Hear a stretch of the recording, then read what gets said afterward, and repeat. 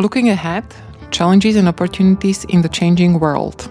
Welcome to Talking Economics, podcast launched on the occasion of the 30th anniversary of the Center for Economic Research and Graduate Education, Economics Institute.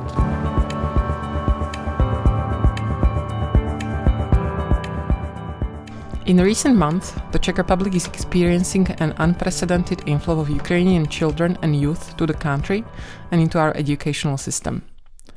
What are the main challenges children and teachers face in our schools? Is the situation more complicated because schools suffered from the 2-year pandemic? And can we take this as an opportunity? In today's session, we will have a closer look at these and other questions with Daniel Münich, a CERGE-EI PhD in economics alumnus, member of CERGE-EI Faculty, and the executive director of the academic think tank IDEA at CERGE-EI. Among many other consulting and advisory activities, Daniel was appointed to the newly established Czech Prime Minister's Advisory Council in January 2022. Welcome, Daniel. Hello, thank you for inviting me. We are happy to have you here again, and let's jump right to the topic.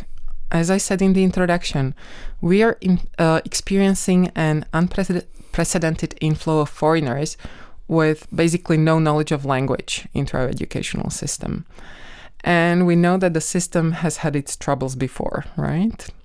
So the list of challenges is pretty long. Where do you see the main ones? Well, the main challenge is to secure accommodation of reasonable quality, education, especially for youth, plus language education for adults so that they could work and work. The first is, as usual, housing, and then immediately follows education. Without good housing, one cannot think reasonably about education, and without education, meaning preschools and schools for children, one can hardly start thinking about employment and jobs, because somebody has to take care of the children. And it's better if they are taken care by schools, not sitting at home. Watching TV, which they don't even understand. So speaking about schools specifically and the educational system, what are the challenges at different levels? Like you mentioned preschools, schools. What would you say are the key things we need to focus on right away? Well, the key issue of these days is how to spread or allocate Ukrainian families, mostly mothers, women with children of all ages, more uniformly across the country, Czech Republic, so that the big burden is not located in big cities like Prague, Brno, and Pilsen, for example, and the central Bohemian region. Because and that's what we did, if you compare those per capacities in schools and preschools and compare them with the number of children, young people from Ukraine, you see huge discrepancies between where the capacities are and where Ukrainians are. So you see the main challenge in actually securing the spots for them. You don't see the challenge in once they are in the school, or that's another story. Well, the first it challenge follows, is, right? So the first challenge is... I'm thinking step in step. First, you have to secure the slots in schools and preschools, and then follows what I would call integration, simply learning language enough, so that they could follow the regular classes, so that there are no special classes for Ukrainians. By the way, many Ukrainian children are already studying in online from Ukraine. Okay. So it could be viewed as some kind of hybrid. They spend part of the day in a Czech school and part of the day in online courses. It's quite complicated for both children, their parents, and our Czech schools. So the challenge is, of course, the language, learning Czech language. And there comes new and new evidence that if you set up the learning environment properly, meaning that you not only teach them these Ukrainian children, but you also create Czech and Ukrainian groups of children, they learn quite quickly. Fortunately, Ukrainian language is Slavic language, which, well, is not so close to Czech language as Slovakian one, but still, they can get it quite fast. You mentioned the first challenge is finding the spots and matching where the people is and where the capacity is, or moving people where the capacity is. For that, we need data, right? And again, for quite a long time, we've been talking about the fact that the government is not collecting data and is not using data effectively to make decisions. Do you see any changes here? So since the early beginning, I was warning or advising to the government that they should secure data collection and data processing. And at the end, securing two things. First, analytical utilization of the data so that the government is well informed about what's going on, including this matching of people, schools, and jobs, let's say, and also the spread and provision of information to all these actors in the field. These are thousands of school principals, mayors. We have 6,000 municipalities, medical centers, and so on. All the people there have to make important decisions every day about matching people, helping them, and so on. And without good quality, easily accessible information, they will not make efficient enough decisions. So this was my advice since the very beginning. The situation now, 3 months, is not as good as I thought, but it's very similar case with the COVID, where data limits were important. So at this moment, the individual ministries are collecting some data. They are collecting some data. Ministry of Schooling made a survey of spare capacities. Okay. Ministry of Labor is collecting data on open vacancies, open jobs. It will, in some future, nobody knows, they will collect information on professions and educational level of these Ukrainians. And the Ministry of Interior is collecting data on residents or the place where these incoming Ukrainians were registered. Unfortunately, the data are being collected separately by these ministries, each in different way, and these data are not being merged together regularly and updated. And of course, there is no analytical interface. No analytical office is using that. So, partly inspired by this, we have created an online application which puts data from different sources at the level of districts. We have about 77 districts in Czech Republic. We could go down to 6,000 municipalities, but we didn't do so. And we are exploring, comparing the capacities of schools and the number of youth from Ukraine, and that's where my information comes from, that there is big discrepancy. Interestingly, Ukrainians, labor economists would guess this, that Ukrainians located mostly according to where there were Ukrainians already before the war in Ukraine, and there is a relatively high correlation between the provision of jobs across the country. So it means the driving forces of the allocation until now were the past location of Ukrainians, friends, families, and so on. It's very natural, we know, because the information is quite important. And some kind of security that someone knowing the location. Okay, and the second is labor market.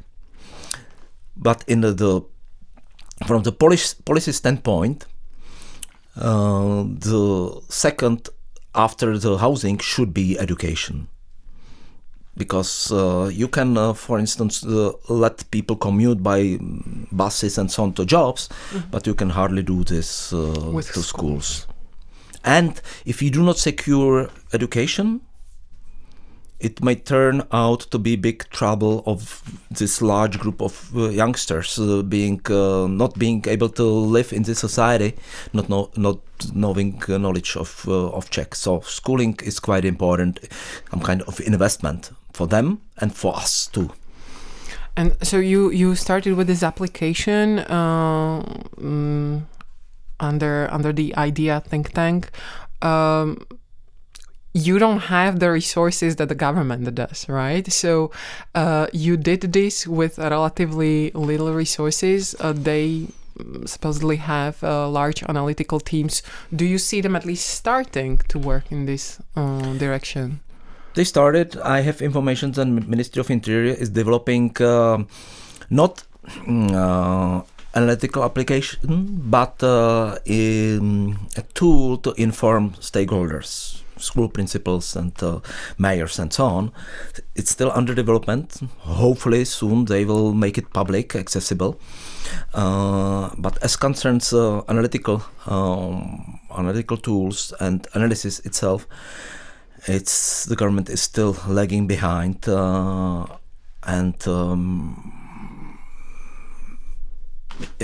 lagging behind as usual.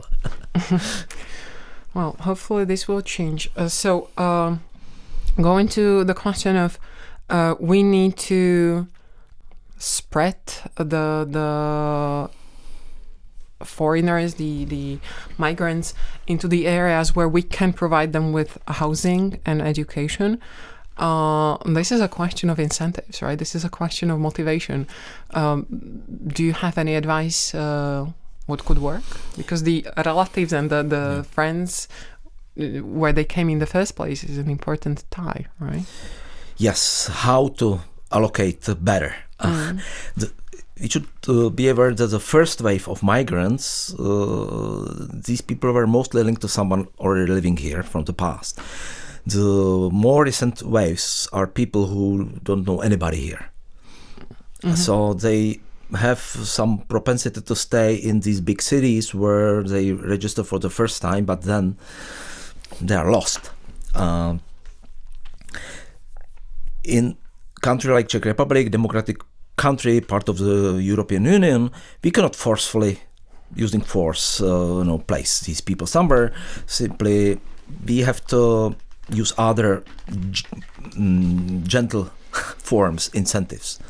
It was not debated yet. No, what is being debated is the relocation. But the government says we cannot use force. But the government can use incentives. So, for instance, it can provide higher social payments if they locate somewhere. They can secure housing at places which are not so popular. They can build schools relatively quickly, these temporary schools, and they can also subsidize bus shuttles to secure that despite living 50 kilometers from Prague, they can commute by bus to jobs in Prague. And there are, I'm sure, many other incentives the government could use. And is this being at least debated, or is it in the... I haven't heard about that. Almost surely at some level it was debated, but I haven't heard about such discussion yet. So this is a great opportunity. And it's only the central government which can create such incentives, because then there are many small players, municipalities, regions, schools, and individual. They can hardly coordinate and create incentives. It has to be central government, and at the same time, the central government cannot use force. We agreed, right? But it can nicely use these incentives because it has a great power in allocation of staff and money. Don't you think that part of the reasons why things are maybe a little slow is that there is a lot of uncertainty about how long these people are going to stay here? That many of the migrants are also hoping that they will return quickly, right? That they will not need to be here, for example, by the new school year. So they don't see it as a priority. it's one of the reasons that some expect that this is temporary problem, that great deal of the migrants will disappear soon. But the other reason is that all the parties are waiting for the move by the others.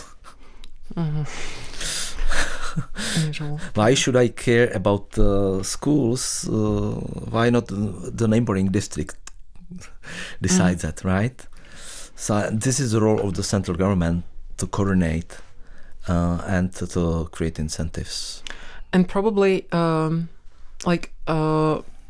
if we do this well, this could be an opportunity, right? And even with building the schools and learning how to relocate the migrants, this is a skill, or these resources and infrastructure will be here to stay, right? So we should look at this as an opportunity to improve the situation in the Czech Republic as such, right? Even if the migrants would leave afterwards. Or do you think that the solution that we would do for the migrants would be useless after they leave? It's surely true for preschools, for maternity schools and so on. These facilities were in shortage for 2 decades here in this country, especially in regions where these Ukrainian migrants are trying to stay. So it's Prague, Brno, the suburbs of Prague and Brno. So even if they move home or go further to the west, if we build these capacities now, they will serve Czech pupils, especially preschools. But in the same time, you can hardly build buildings in such a short time horizon in few months. Usually it takes five years here. Everything is quite complicated due to bureaucracy and so on. But there are other options, like building these mobile houses, and there is big experience with that. So even in our own municipality village, we have built in the past, before the migration wave, such preschools in 3 months, 4 months. So it's really doable. And what about the shortage of people and teachers for these schools? Because that's another issue we face, right? Well, it's complicated issue. How many Ukrainian pupils we have here, right? So overall, the estimate is that we have from 200 to 300,000 Ukrainians overall, including adults. It's wide range of uncertainty how many are here, because they are coming and leaving. So we are not sure how many left already. So the average, the guess is that we have about 3%. That Ukrainians represent about 3% of the Czech population. The youngsters may represent 4%, let's say. Okay? So if you have a class in school, it's 20 children, pupils, 20. 10% is 2. Right? 1% is 5% is one pupil, right? If I count well, how is it? 5% is one child, right? So if we spread children uniformly across the country, it would be adding 1-2 Ukrainian pupils into standard Czech class, right? So it's not about hiring new teachers. It's about how to teach Czech teachers to teach Ukrainian children if they are in small numbers there. So what might be useful is having assistants of teachers or assistant overall in schools, Ukrainians, but great deal of the mothers who immigrated are teachers or some kind of social workers, and even without this they can help a lot the teacher, especially in the early weeks where the language skills of the children are not so good. Many of the the Ukrainians and Czech teachers know Russian. So it's helping, or English, right? Somehow they can deliver the education to those few children who are in the class. And of course, there can be top-up courses of Czech language and interactions within Czech pupils, which is probably the best. So it's not about establishing Ukrainian classes and Ukrainian schools. Yet we talk about building new classes, right? So there will be a need for more people. But I understand we should work better with employing also the Ukrainians who came in, and they could be a great resource. This is something that we have experience with, right? The integration into Czech schools of children with disabilities or other sorts has been in place for a number of years. So would you say that we are ready for the plan that you just proposed to use Ukrainian moms as assistants and the integration of kids in small numbers into our classes? Well, we are struggling with integration for years. We are used to a system where we have special schools where children with troubles of any kind were directed, and the rest was rather homogeneous.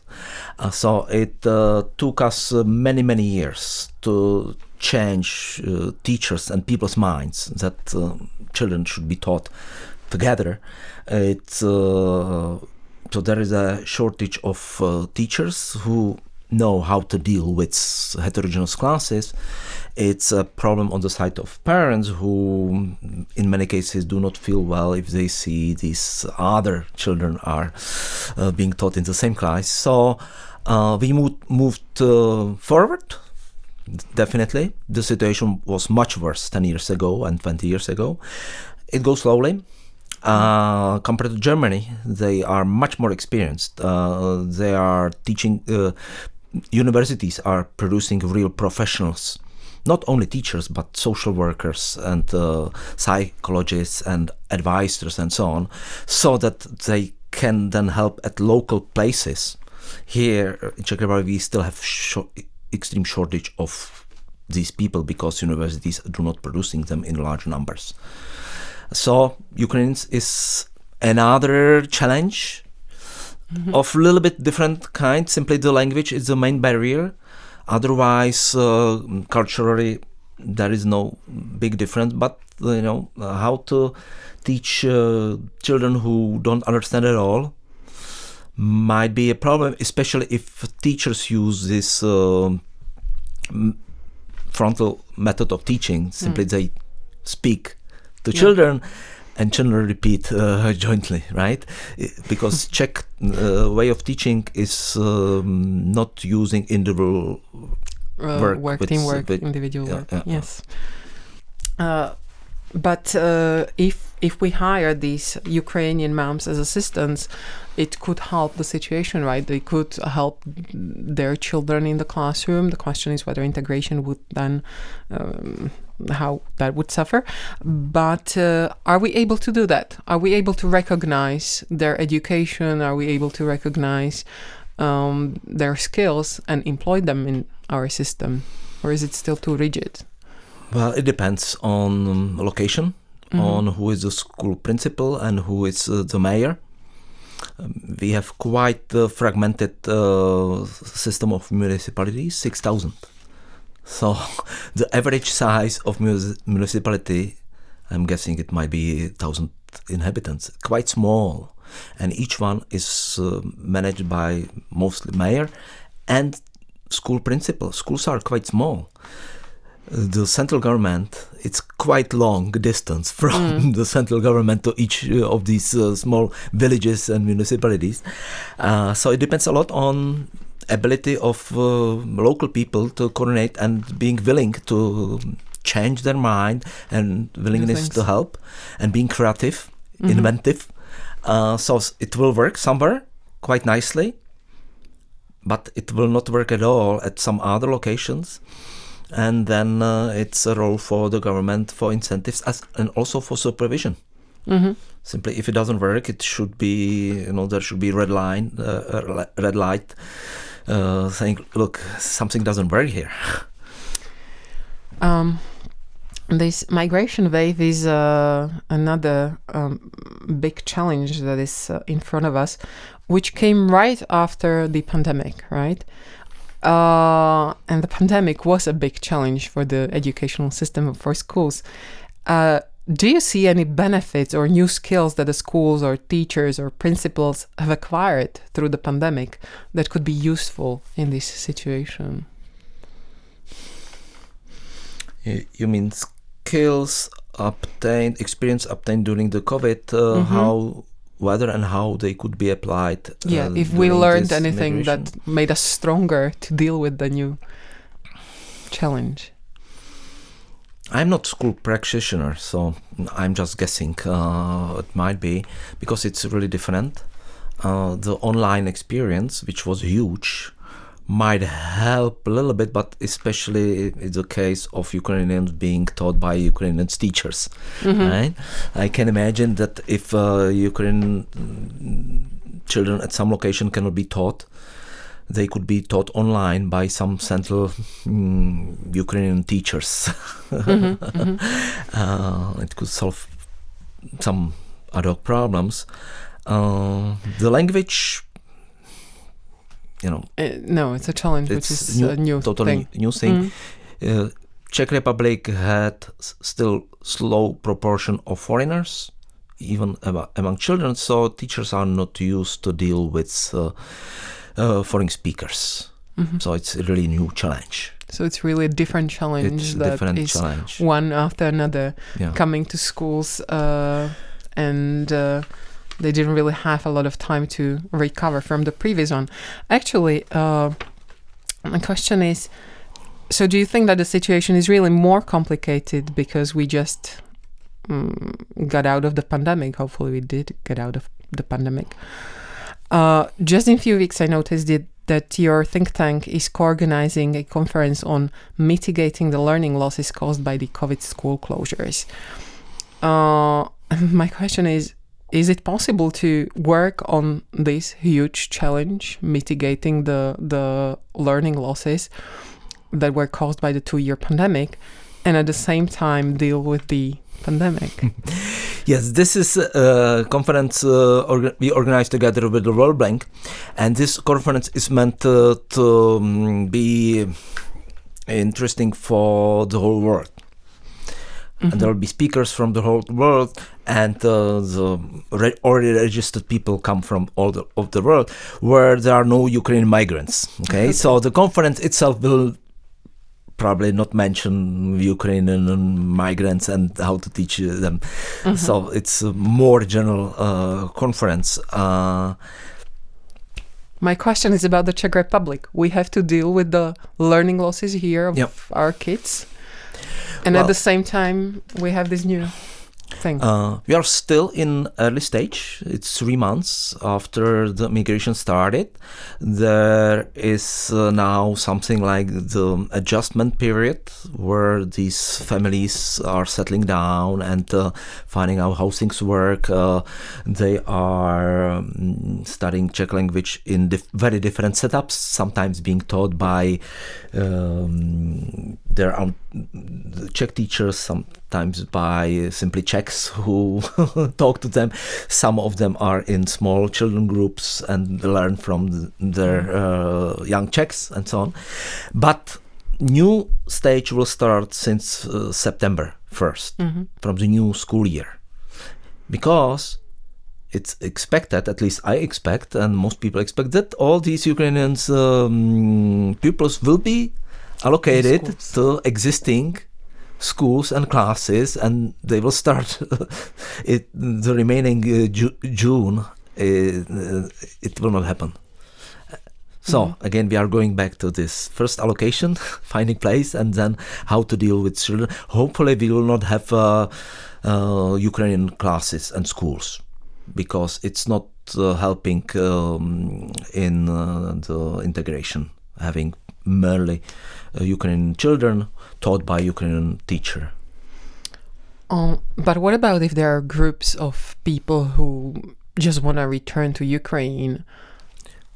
Well, it shows up already that some parents are decided to move back as soon as possible. Mm-hmm. So they do not find integration of their children and attending regular schools as important. Mm-hmm.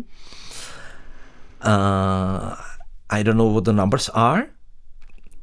Does anybody know? Definitely, it's not non-negligible. Mm-hmm. And given the system, which is still a little bit chaotic, it's in many cases pupils and adults are registered, but they already moved, and nobody knows that they are no more present. So at this moment, the school principals are not sure how many children will sign up mm-hmm. from September. Yes, these are uncertainties. And also the problem is that some Ukrainian parents claim that their children are going to online schools in Ukraine. So they don't want their children to attend at the same time Czech school. In fact, it's technically impossible, right? To be at the same time. Yeah. And there is no experience, no legal arrangement. So now it's a little bit misty. We still have this special regime nationwide, which allows government and these people to make decisions which otherwise wouldn't be possible.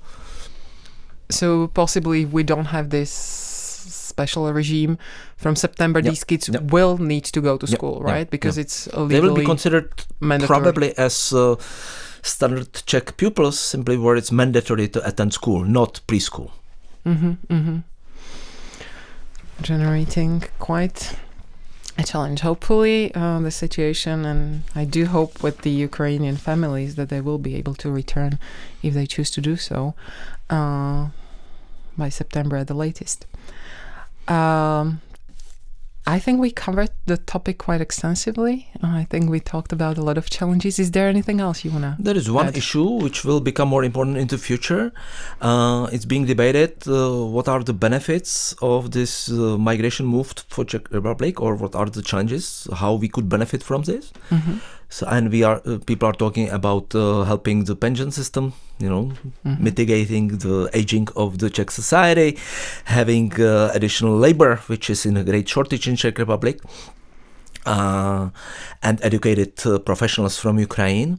But what shouldn't be forgotten is that if Ukraine gets back as a country to democratic system without war, then it will need human resources, educated resources, and the number one resource is our own citizens, right? Mm-hmm. So we should be careful trying to keep Ukrainians here, especially those more educated, to help us, because we should still keep in mind that this country has to rebuild, right? Mm-hmm. So they will need educated Ukrainians. So maybe we should even foster this, establishing some special educational programs at higher level at universities, so that we in a larger number educate the Ukrainians, but under condition they move back home after their graduation to help rebuilding